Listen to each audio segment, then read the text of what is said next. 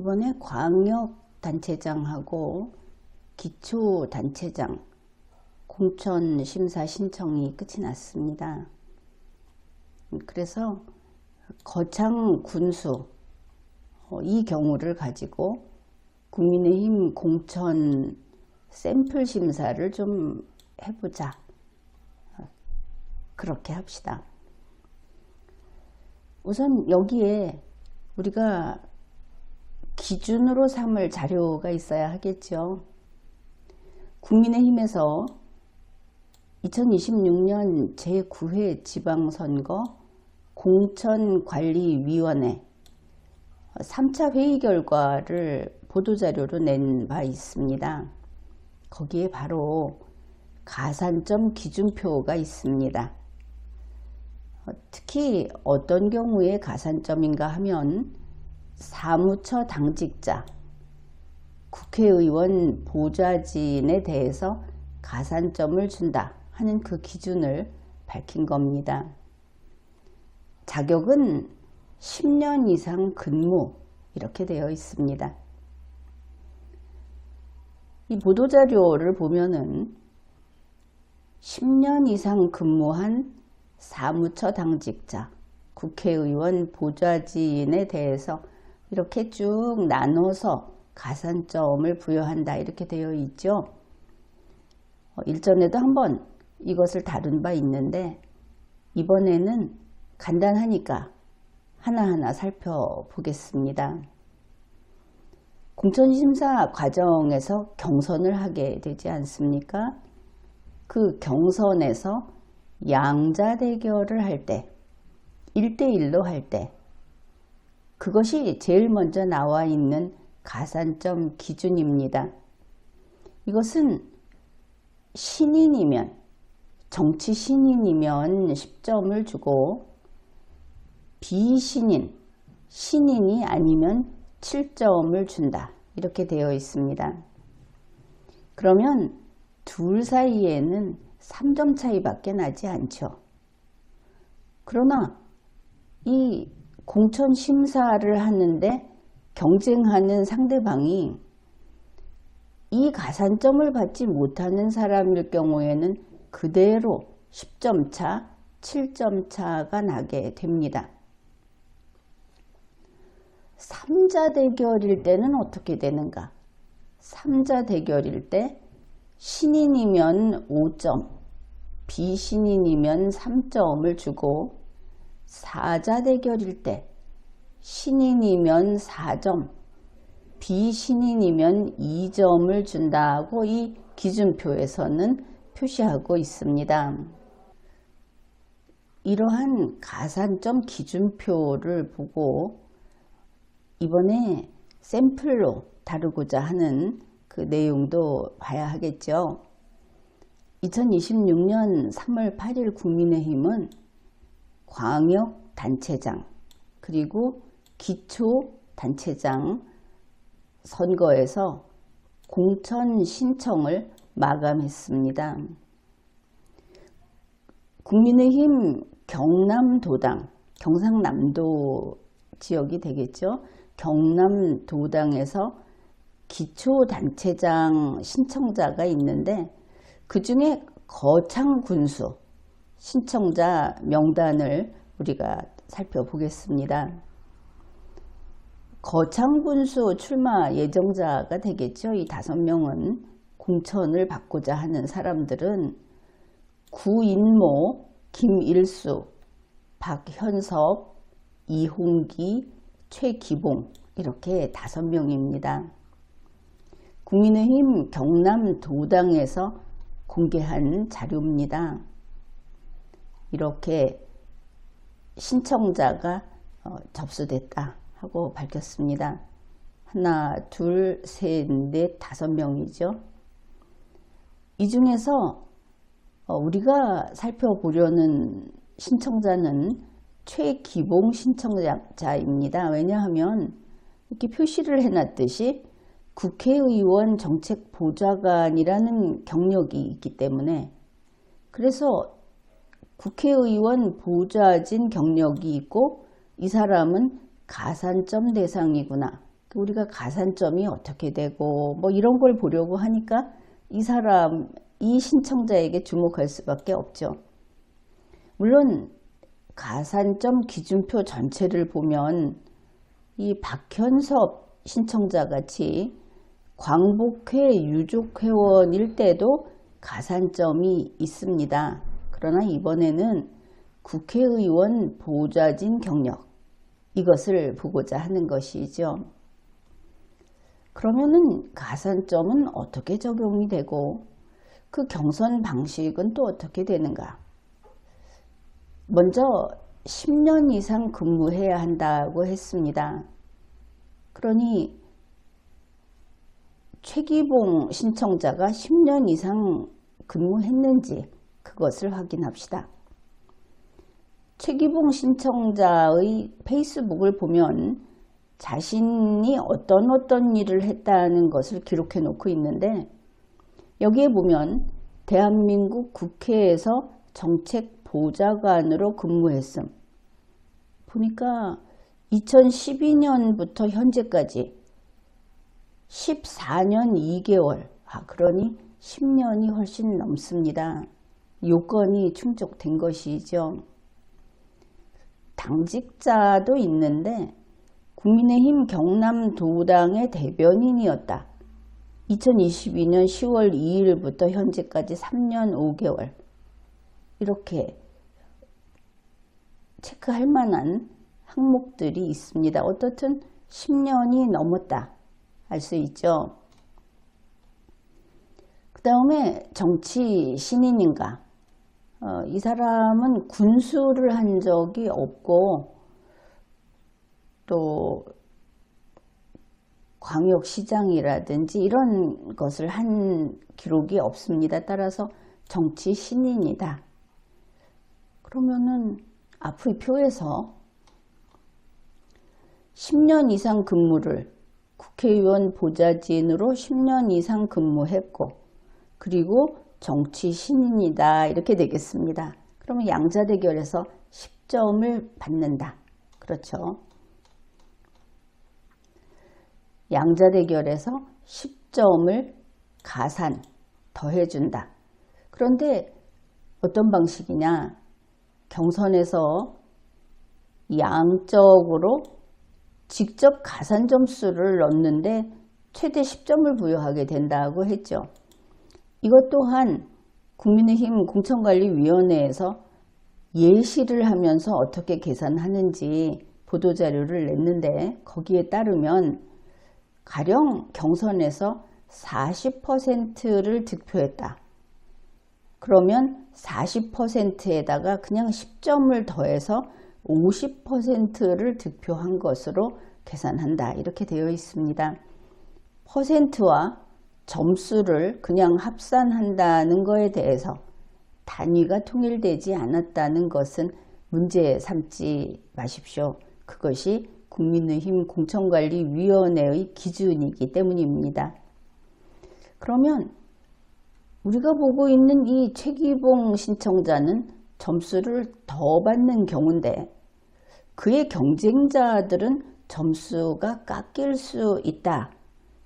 이 부분도 보겠습니다. 감점 대상이 있는 것이죠. 이 감점 대상을 저번에 현직에 있을 때 감점하겠다. 그런데 거기에 불평도 있고 마찰도 있고 해서 없어졌나 하면 안 될 것이 이렇게 들어가 있습니다. 광역단체장이나 기초단체장 출신이 국민의힘 전당대회에 참석하지 않았다면 감점을 하겠다. 그러면 현직에 있었던 사람들, 그런 사람들은 대상이 되겠죠. 물론 한 번 빠졌다고 감점은 하지 않고 있고 2번 이상 불참했을 때 감점을 적용한다고 합니다. 2번 불참하면 1점을 빼고 감하고 3번 불참하면 2점을 감하고 4번 이상 불참하면 3점을 감한다. 이렇게 해놓았습니다. 그런데 이 1점이 깎인다 하는 것은 그게 작은 게 아니죠.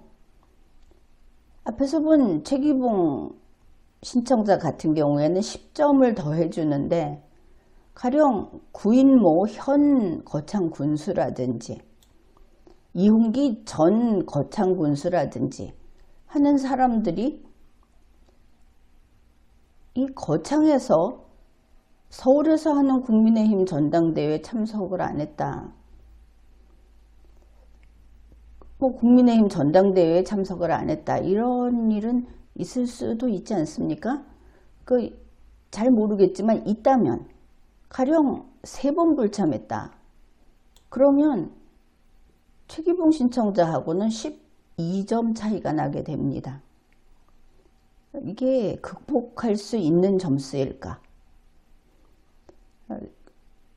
대단히 불리하겠죠.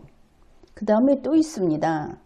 선거 경력자, 그러니 군수 같은 경우에 선거를 통해서 선출이 되는데 그때 경선 결과에 영향을 미친 불법 선거운동이 있었다면 이것은 유죄 판결이라고 확실히 선을 긋지도 않았고 결과가 어떻게 됐는지에 대해서 공관위 의결로 몇 점을 뺄지를 결정하겠다고 합니다. 이런 숨겨져 있는 그런 빙산 같은 게 있는 것이죠. 그 다음에 광역단체장, 기초단체장의 경선 방식은 어떻게 될 것인가? 이 기준이 현직에 있는 사람이 출마했는지 안 했는지 따라서 달라진다고 보도자료에 되어 있습니다.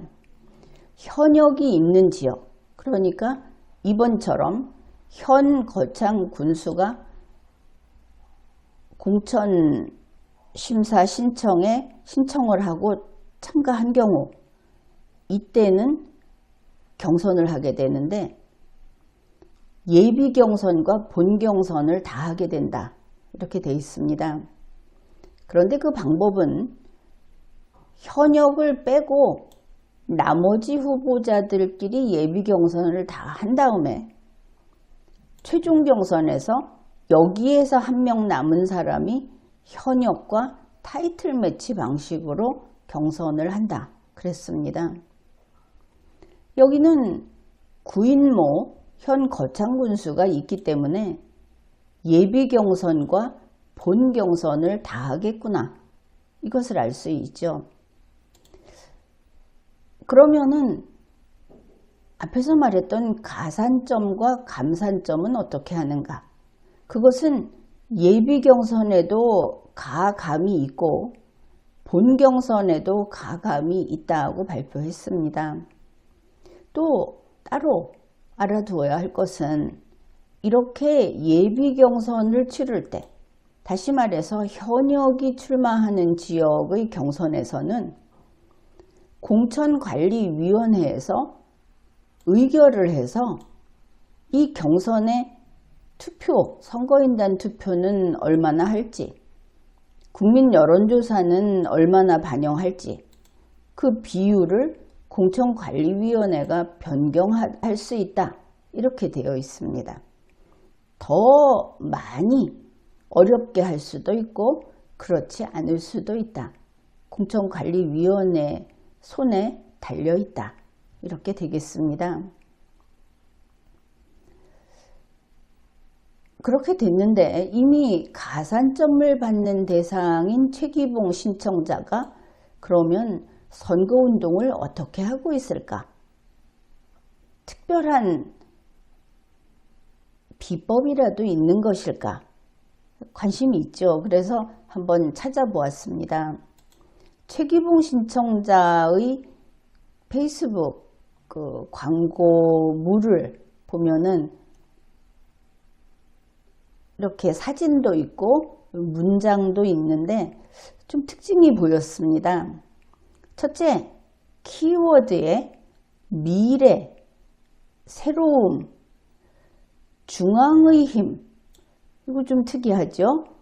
바람, 그리고 박사학위가 있다는 박사. 사실 군수 선거에 박사가 왜 중요한가? 군수나 구청장이나 이런 데 박사가 왜 필요한가? 그런데 그걸 강조하고 있는 걸 알 수 있습니다.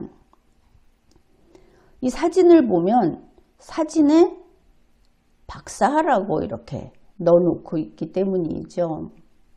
내용에서도 중앙의 힘을 거창으로 끌어오시겠습니까? 과거의 실패를 반복하시겠습니까? 그래서 과거와 미래, 새로움을 이렇게 대비시키고 있고, 그 다음에 15년 전에 낡은 방식, 이런 낡은 방식, 오래된 것을 부정적으로 보는 표현이 있으며, 미래, 새로움, 중앙의 힘을 선택한다. 바람이 분다.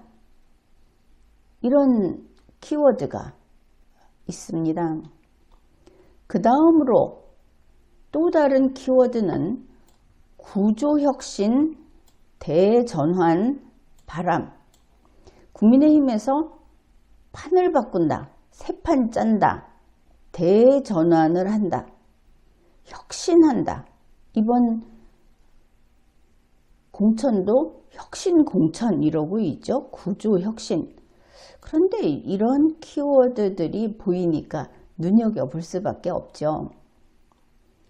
여기 보면 최기봉 신청자는 스스로도 이 키워드를 이렇게 따로 넣어놨습니다. 검색이 되도록. 구조혁신, 대전환, 바람이 분다. 또 이미지, 여기에도 구조를 바꾸는 행정 이렇게 넣어놓고 있죠. 그 다음 키워드는 또다시 미래라는 걸 알 수 있습니다. 미래, 또 여기도 미래를 현실로, 지금은 이라는 대세 이런 말도 쓰고 있기는 합니다. 그 다음에 앞에서 이야기했던 박사, 새로운 변화라는 키워드입니다. 여기에 보면 정치학 박사 최기봉 이렇게 밝히고 있죠. 그래서 다들 공천심사를 받는 입장에서는 어떻게 하면 내가 선택될 것인가 초조하지 않겠습니까? 그래서 가산점을 받는, 다시 말해서 공천심사에서 일단은 상당한 정도로 점수를 따낸 유리한 위치에 있는 사람의 비법을 한번 들여다본 겁니다. 혹시 이런 키워드를 사용하면 공천심사에서 고득점을 할 수 있는 것일까 생각해 본 것이죠.